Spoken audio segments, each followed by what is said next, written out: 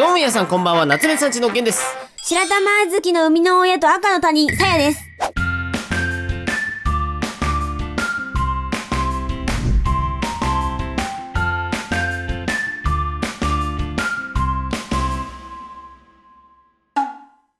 関連性はないだろ絶対。バレちゃったか。なんだそのジョージストリック。ワンチャンいけると思ったんだけどな。いけねえよ。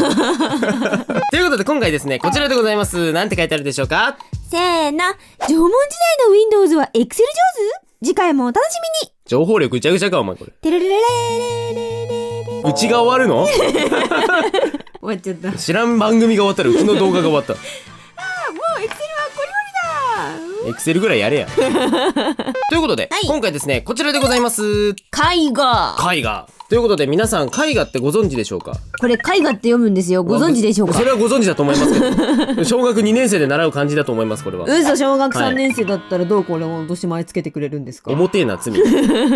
まあということで絵画というのは、まあ皆さんお絵描きをしてなくても美術の時間とかにねかなり触れることが多いんじゃないでしょうかということなんですが、ね、はい、今までの歴史上のねそう有名なものがたくさんありますよ。そうですね、はい、ということで、今回やっていく企画はこちら。絵画。世界一有名な絵画たちを2020年のプロの絵師が描いてみた。あり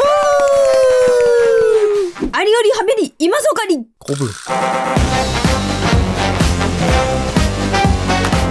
まあ、ということでですね、絵画を描いていきたいと思うんですが、今日はですね、世界でもうかなり有名な絵画を3つご用意いたしました。はい、もう絶対みんな見たことあるやつですよ。そう、見たことあるやつ、3つご用意したんですけれども、はい、今からその絵画たちをですね、我々の感性でリメイクしていこうと思うんだけど、まあ、ただちょっとルールが決めてね、ありまして、その絵画を構図を変えてはいけないと。そうね。構図というかポーズ、まあなんかそういうのを変えちゃいけない。そしたら別の絵になっちゃうからね。そう。ただ中に登場してる人物は、いくらでもアレンジして OK。そうね、夏目さんち色に染めたろうっていう。そうです。非常になんかこう恐縮なね企画なんですけれども、はい。まあそのイメージをパロディにも近いのかな。そうだね。その絵画をちょっとパロディするみたいな感じに近いのかもしれないけど、そんなテンションでやっていきたいと思います。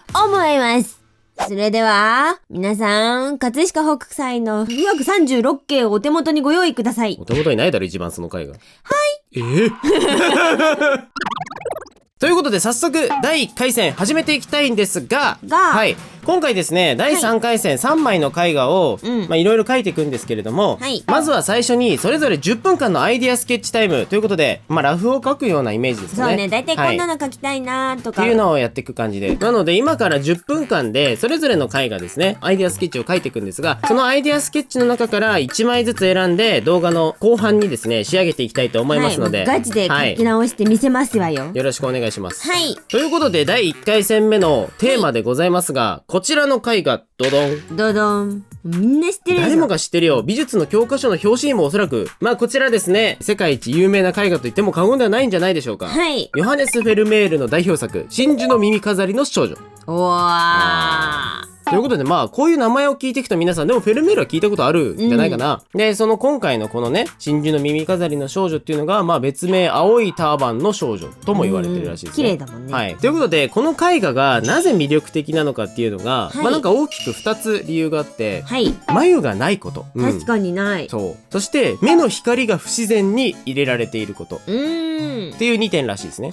これがなんかね表情がコロコロ変わって、その各々が見た時にいろんな表情に見えると。切なそうだったり、振り返ってハッとしてるように見えたり、憂いを帯びてるように見えたり、親の復讐を誓った顔に見えたり、それはあんまり見えないと思うんだけど、思ってよ。はい。で特にこの目のところに入ってるハイライト、それで唇の右に入ってるツヤ、そして一番は真珠にハイライト入ってるんですけど、これライティング的にめっちゃ影あるとこじゃん。そうね、耳周り真っ黒だもんね。なのになんでハイライト入れてんのっていう話が、これが光の魔術師っていう2つのを持っているフェルメールなんです。ということでね、フェルメールさんって何があったかっていうと、光が写実的であるかっていうよりも見る側に与える印象っていうのを重視してるらしいですよ。これってさよくよく考えるとあれなんですよ、今のイラストっぽいんだよね。すごくそう思う。そうということでこんな感じで、今回この真珠の耳飾りの少女を現代版にしていきたいと思います。じゃあちょっと服着てたよ。オッケー。ということで10分間で描いていきたいと思います。レッツラーフェルメール。ちなみにこれね、一つね面白い事実があって、この少女のモデルは誰っていう話なんですけど、おー美少女。一番濃厚な説はですね、はい、トローニーという手技法で描かれていて言われてまして、はい、トローニーって何ぞやって話なんですけど、いわゆる特定のモデルはいません。あ、モデルがいないらしいっす。ということは、俺の考えた最強の美少女描き上がったんですよ。確かに、はい、やっぱね、能力はそうやって使わないといけないよね、そうそう、自分のね能力はやっぱり有効活用していこうよと。あ、ちょっと怖い。自家発電に成功した今。その発電所燃やした。やばい、あと3分しかない。ペン入れをし始めなければ。嘘、新しい挨拶考えようよ。今考えんの？でもサイさんは今日もう作っちゃったから、ゲンさんのやつ考えなきゃ。あ、そうなの？ゲンさん何の魔術師にする？コードが好きだった見習い魔導士ってのはどう？ただコードが好きなおじさんじゃん。俺か。そうだよ。でちなみにこのフェルメールってさ、青が有名なわけじゃない。肌が青かった。違うよね。それは有名だよ多分。アバターみたいな顔してないね、フェルメールさん別に。そういうことじゃない。この青って何で描いてたかっていうと、当時ってやっぱりさ、なんかさ、貧困が作品を作るぐらいの勢いのさ人多かったわけじゃない。ああ、そうね。だけどフェルメールさんめちゃめちゃ金あったらしくて、お家的にも金持ちだった。金持ちだったわけですよ。で金持ちのフェルメールさんは青にこだわったわけです。で当時普通の人は入手できなかった青をね手に入れちゃったわけよ。ウルトラマリンブルーっていう種類の。かっこいい、ウルトラじゃん。そう、それって何で作ってるかっていうと、原材料がラピスラズリ。おといえばあれじゃん。そう、みんなで作ろう大仏学習。違うだろ、どう考えても。過酷すぎんだろそれ。マイクラに出てくる青の鉱石ですよ。それを使ってフェルメールさんはその青を作ってたから、この綺麗な青の発色が出せていたらしいですよというわけです。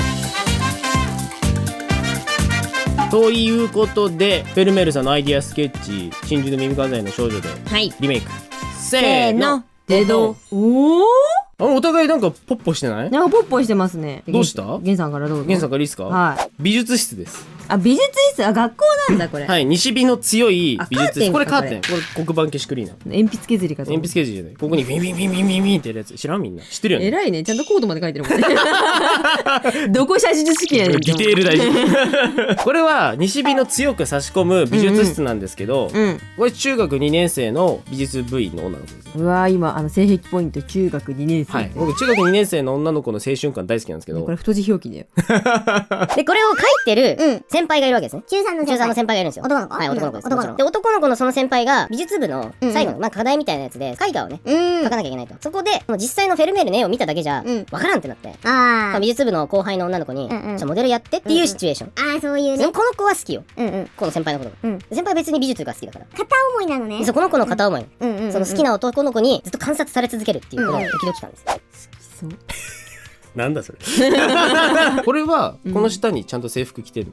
それがマジでいい。俺だって制服だし。本当だ。てかがっつり制服やん。がっつり制服ですよこれ。これ何なんですか？書くのミスっちゃったんですけど、演劇部の女の子なんで。お互いなんかでもそれ系の部ですね。いや、そうなんです。文化部です。今から5時間ぐらいかかるんですけど。かかる。終わった。皆さんちょっとお茶受けの用意お願いします。お茶受けで足りるかな。ご飯用意した方がいいと思う。この子演劇部なの。はいはい。で演劇部だけど街角の少女 A みたいな感じの役なの。でまあその当時のそういう格好をしてるわけね、これは文化祭とかで演劇してる最中に小規模な地震が起きてしまって避難しなきゃいけない。細けえなシチュエーションで、それでこんな格好のまま行かなきゃいけない、ちょっと恥ずかしいってなった時に演劇部の部長の先輩がジャージ貸してくれて、これで隠しなっつって貸してくれて、憧れの部長にこう借りちゃってポッてなってるっていう。ポッてなってる。そうっていうストーリーなの。演劇の途中に急に抜けなきゃいけなくなっちゃったみたいな。かわいい。しかもあれ男の子のジャージをかぶせてもらってるん。あ、そう、この格好でこう体育館に行かなきゃいけなくなっちゃったってなった時に嫌だなって思った時にこうラッキースケベみたいな。スケベではねえだろ別に。ラッキーおべべみたいな。やかましいよ。ということで次はこちらの絵画でございます。デドン。デドン。散歩日傘を差す女。これも有名よね。これも有名でしょ、どっかで見たことある絵画シリーズね、これはおそらく。でこれがですね、作者は印象派の代表作家であるクロード・モネという方の作品でございます。モネです。で印象派っていうのがそのモネの作品で別の印象日の出っていう作品があって、そこから来てるんだって。あ、その印象なんだ。そう考え方としては、見たままを忠実に描くというよりはその瞬間の風景から何を感じたののかが大事っていう、そっちを写実的な表現よりも感性重視っていうことでっていう。そうね、切なく感じたらじゃあ切ないものを雰囲気に変えるみたいな。当時はぶったたかれまくったっていう話らしいです。そのモネの日傘を差す女を今回はね今回やっていこうと思います。はい、それでは時間は1800年代に戻って10分といったところにしましょうか。よーいモネ。気のせいかな。どうしたの？さやさんの方の画面なんか違和感を感じる。気のせいか。この年頃の男の子はみんな半ズボンなんだろうな。いいね。男の子って出てきた。主題女って書いてあった。いいね。膝っ小僧っていいよね。2000年前から膝小僧はいいとされていたんだよ。ケンさん知ってた？クレオパトラは少年の膝をこの薬にして飲んでいたと言われて。怖すぎんだろクレオパトラ。ケンさんモネのお話して眠れないから。眠らなくていいんだけど。じゃあなんかうんちく話しますか？ねえケンさん。そのテンションいらないんだよ。いらないだろそのテンションは絶対。教えてくれないかな。誰なんだよ。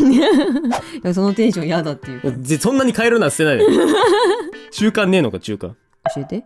中間だな。ただそれ YouTuber としては不正解だぞ。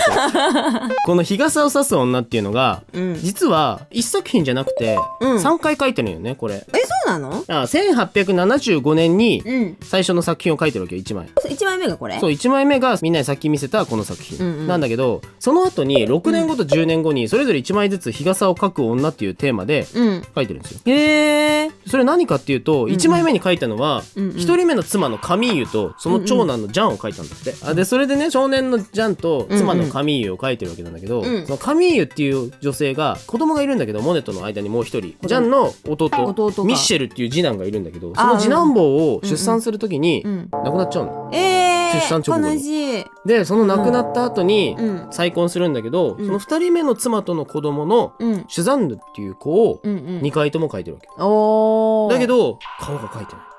顔が入ってない。そう顔がないんだって。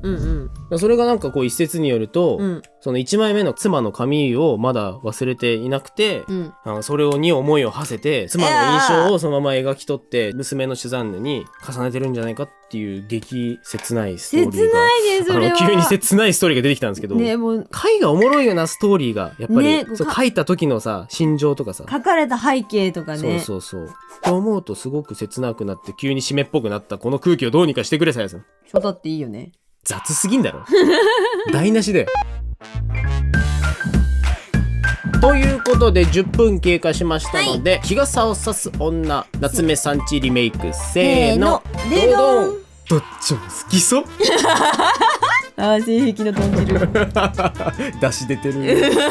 出汁出てる。アクも出てる。出ちゃった。しかもアクそのままにしてる。アクそのまま取らないでいるって感じ。これは絵的に言えばジャンタポジションじゃん。そう逆から見た感じ。じゃんちょっと横向いてるけど、そう絵のモデルってさすごい長い時間立ってなきゃいけなかったりするじゃん。ああなるほどね。でこれねほら絵描いてくれてるパパなの。これパッピね。これパッピ。これマンミ。でこうずーっとねこのポーズでここに立っててって言われて退屈しちゃったジャン君っていう。視点ね。じゃあこれもうちょっとこっちだな。じゃあそうね。場所がこっちだね。っていうねイメージよ。なるほど視点が変わったんね。そう逆から見てこの退屈そうなジャン君っていう。着目したな。もう絶対これ書いてあろうと思って。初太に。もう生まれた時から思ってたもん。ジャン視点から書くと。ジャン視点から書くと。でも確かに印象派だからね。この感じた印象だもんね。そう。こんなにピッチリ立ってるわけないもんね。一発目に立った時のやつをモネがね印象でこう書いたみたいな妄想ですね。さやさんの。聞く3枚目いくか。なんでで聞けよ。これはもうまんま構図は僕は変えずに。まあ分かるよねなんとなく。分かるね。あの子。さっきの子？続きの子？で3枚目。なんでね。またオムニバスってるわけですけど。オムニバスってますね。帰り道ちょっと雨降ってたわけよ。これ雨傘なのね。雨傘これビニール傘。そうこれ美術オタクなわけよ先輩。でそのモデルさせて帰り道まだちょっと夕日があって夕立が降ってこの河原を歩いてる2人で帰って歩いてるところでふとした瞬間にこの子が振り返ったわけ。振り返った瞬間バジーンって日傘を差す女やんこれってなってこの瞬間にこの子がめちゃくちゃ可愛く見えちゃって恋しちゃったんだ多分気づいてないでしょ。気づいたんですけどモネかね。そういう恋に自覚した瞬間ここに成立した瞬間ですよこれが。そういうことね。そうあの絵の後にだから美術によってずっとつながれていく子たちの話ですね。マジモネるね。うるせえな。さあということでドロドロ書いてきたわけなんですけども、はい、3番目、最終戦でございます。はい、最終戦はこちらでドド。あれ知らないもしやって思うじゃないですか。これ今多分この全体が見えてるんだけど、ここにいる2人にズームイン、ズームイン。これはどっかで見覚えありませんか皆さん？そうです、ジョナサンです。違うよ、サイゼリヤだよバカ。競合他社だよバカ野郎。ニアピンだったか。似て非なるものだろどう見ても。サイゼリヤにある絵画といえばみんな思い出すんじゃないかな。そうなんかね、サイゼリヤってなんかいっぱいね、いっぱいなんかさあるじゃない、うん、多分今度サイゼ行った時見てみれば、いたわあいつってなると思う、うん、この絵のタイトルは、システィーナの聖母っていうんだって。はい、本当はこれが全体図なんです、ね、全体図がこうなんだけど、ルネサンスの巨匠のラファエロ・サンティっていう人、この人も有名な人だよね。でその人が描いた絵なんだけど、ただこの天使ちゃんたちがあまりにも有名で、なんかここだけでなんかこういろいろなグッズ化されたりとか、見たことあるもんね。そう絵はがきになったりとかね、いろいろあるみたいですけど、とあるアメリカの作家さんが、システィーナの聖母のこの画面下部のこの天使以上に有名な天使は存在しないって言ってるほど有名なお二人らしいですよ。絵の全体図から見たらでもちょっと悲しいよね。まあね、上の方の方が多分めちゃめちゃ頑張ってるから、めちゃ頑張ってるね。下の天使たちの方が有名になっちゃう。そういうパターンでございます。ということで今回はこちらをやっていくので、我々が描いていくのはこちらのこの子たち、天使ちゃんたち、この世界一有名と言われている天使ちゃんたちを描いていこうと思います。はい。それではこの思いラファエル・サンティに届け、よーいラファエロ。実はちょっとこの絵ちょっと調べちゃった時にね、この上の方のさ女の人の周りにね、こう私雲かと思ってたの。なんかこれ全部顔らしいんですよ。怖っ。なんか天使ちゃんたちがいっぱい見てるよっていう。ね、ホラゲもびっくりだよね。こういう絵ってさ、どれくらいかかるんだろうね、描くのに。この絵に関してはですね、1年間かかったらしいですよ。これね、1513年から1514年にかけて制作されて、しかもラファエロ・サンティが描いた、最後に一人で描いた絵だって。へー。この絵、一人で全部1枚仕上げたのはこの絵が最後らしいです。その後は全部クラウドファンディングみたいな。そういうわけではないんですけど。先進的すぎるだろ。どういうことでクラウドファンディングで描く絵って。じゃあ最後のシスティーナの聖母の下の2人の天使、せーの、どどん。続いてる。続いてんじゃん。先輩のことギャル系の友達に相談してんじゃん。しかもそこサイゼじゃん。これだってこのコップ絶対サイズだ。バレた、よくわかったね。しかもこれあれでしょ。アロスティーニ。ラム肉シェアしてんの、ちゃんと2本2人で。これ青豆のおサラダ。それさ好きなやつ。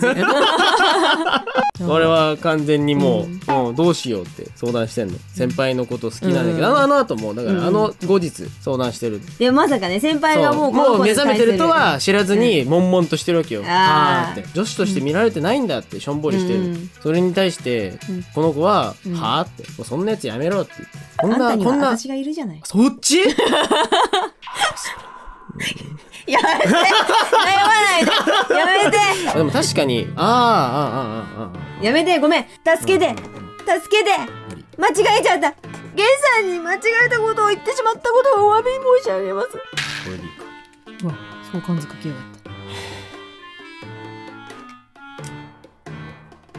大丈夫です、皆さん。ここにはお魚に変えておいたので、ここはお魚に変えておいたので。何の意味があるんだこれ。その後の展開です、これは。そういうことね。この子たちがその後どうなるのか、果たしてみたいなね。だってよ、この世で最も有名な天使ってことはこの世で最も尊い2人ってことでしょ。見て、なんかここかゆい。ごめん、話聞けや。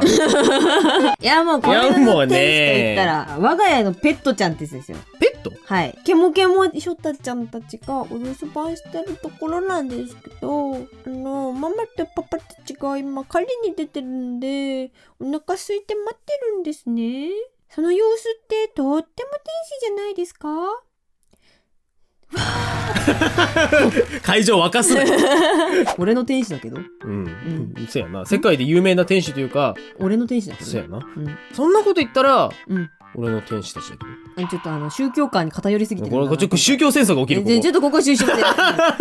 何がいいってさ、このポーズが良かったっていうことよ、やっぱり。いや、そうね。まあこれは実際このラファエロ・サンティさんが聖母のモデルになった人のお子さんが興味津々で覗いてきてたの説か、街角のパン屋さんで物欲しそうにパン屋を覗き込んでる子供っていう説があるんで、まあやっぱりこの子供らしさみたいな、そうね、無垢な感じというかが出てる絵なんでしょうね。ということでこの後、最さやと僕で、さあどれを描いていくんでしょうか。もうガチでねこれリメイクさせていただきますよ、ちゃんと仕上げさせていただくので、この後ご覧ください。どうぞどうぞ。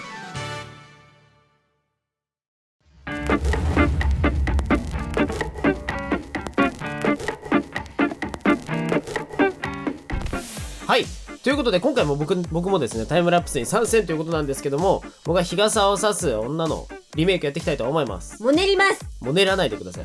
まあでももねるっていう感じのテーマではあるので、結構印象的な恋する男の子、恋に落ちた瞬間の男の子のイメージを出そうっていうことで、結構ポップな感じに仕上げようかなっていう感じで、しかも今回、地味にそうなんです。カラーインク初挑戦でございます。横取りされました。はい。さやのカラーインクを横から奪ってですね、初めて使ってみました。よく聞くとこの映像にはさやのすすり泣きが入っています。怖すぎんだろこの映像。はい。ということでなんかまあ夕焼けの時間帯の印象的な風景ということで、すごいピンク色を強調した色合いにしてますね。ちょっとさやとは使い方が違うよね。ふわーっとこう、もっと水彩っぽい。そう、もっとね色がなんかこうない色が元々の色というか固有色みたいなあんまり考えないで塗ってますね。で大体僕はアクセントで最後に外側にねグリーンを入れますね、こういう感じの。ということでさやさんの番。はい、今回もね安定のねつけペンでやったんですけどね、ドダーン見ました今見ました首のところ見ましたドダーンってなった。めちゃめちゃ大きなあざみたいになってしまいまして。いやもうこれあれですよ、飛び散ったんですよバボーっとね。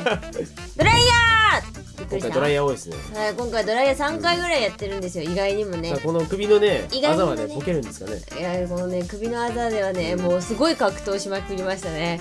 もうどうにかこう影の中に埋め込んでやろうかと。ドライヤー多いねドライヤー。虚無ってますもんね今のところこの女の子顔がね。そうめちゃめちゃ具合悪そうだもんね。まあこっからね変わっていくんでね。いやそうね、ドライめちゃくちゃやるやん。そう本物の方が背景がね、暗いのでね、ちょっとアレンジして星空風にしてちょっとより青春のひとときを感じていただければなと思った次第でございます。ということで完成でございます。はい、はい、こんな感じで最後にはなんか元々の色を生かしてデザインっぽく僕が配置してみました。はい、私もクラゲの魔術師をイメージして描かせていただきました。全然意味わかんないことになってんじゃねえか。だって私は光の魔術師にはどうにもなれそうにないからさ。さやさんといえば光の魔術師と言われたじゃないですか。嘘、私光の魔術師だったの。次回光の魔術師解ける解けるなよ。